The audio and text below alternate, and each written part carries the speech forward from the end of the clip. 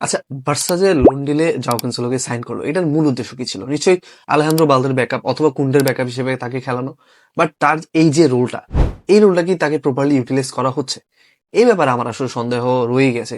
Because দেখেন, Atletico মাদ্রিদের সাথে কোপা দেল রের সেমিফাইনাল ম্যাচে আলেহান্দ্রো বালদেকে হানসি ফ্লিক ৭৭ মিনিট পর্যন্ত মাঠে রেখে দেয়। আমরা যারা ম্যাচ দেখেছি পুরোটা, তারা জানে যে বালদে কিন্তু ওই ম্যাচে পুরোপুরি তার পোটেনশিয়াল অনুযায়ী পারফর্ম করতে পারে না, না অফেন্সিভলি না ডিফেন্সিভলি।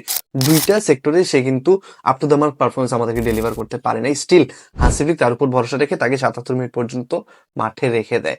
তার কোনো চান্স ক্রিয়েশনও ছিল না, বাট ১৩ মিনিটের জন্য জাও ক্যানসেলোকে মাঠে নামানো হয়, অ্যান্ড তিনি কিন্তু একটা চান্স ক্রিয়েটও করে, প্লাস ডিফেন্সিভলিও তার কিছু কন্ট্রিবিউশন ছিল। আমি বলবো না যে তার পারফরমেন্স অনেক অনেক ভালো ছিল, বাট স্টিল আমার মনে হয় যে ওই রকম সিচুয়েশনে যেহেতু বালদে পারফর্ম করছে না, আপনি জাও ক্যানসেলোকে মাঠে নামান ভাই।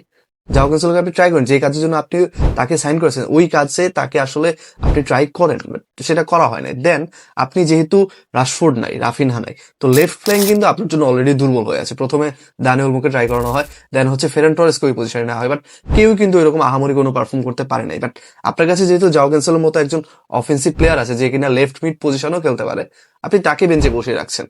আপনি জাও ক্যানসেলোকে লেফট মিড পজিশনে ট্রাই করেন, সমস্যা তো নাই। ম্যাচে অলরেডি আপনার অবস্থা খারাপ ভাই, ম্যাচে আপনার কামব্যাক দেওয়ার চান্স খুবই লেস ছিল ওই মুহূর্তে, বাট আপনি একটা চান্স নিতেই পারতেন, লেফট মিড পজিশনে জাও ক্যানসেলোকে ট্রাই করতেই পারতেন। যদি এই দুইটার মধ্যে কোনোটাই আপনি না করেন, তাহলে জাও ক্যানসেলোকে সাইন করানোর দরকার কি ছিল? এই সাইনিংটা আপনার কি দরকার ছিল?